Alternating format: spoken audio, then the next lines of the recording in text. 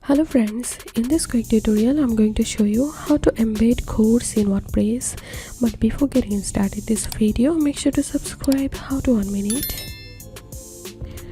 So I'm going to embed a YouTube video code inside of my post. So I'm opening a post to edit. So here is the post.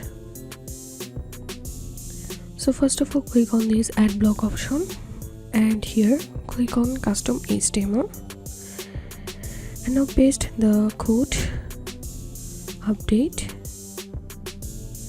and if I view my post, and here you can see the code has been embedded and the result is a YouTube video. So that's it for now. If you find this video helpful, make sure to subscribe. How to 1 minute.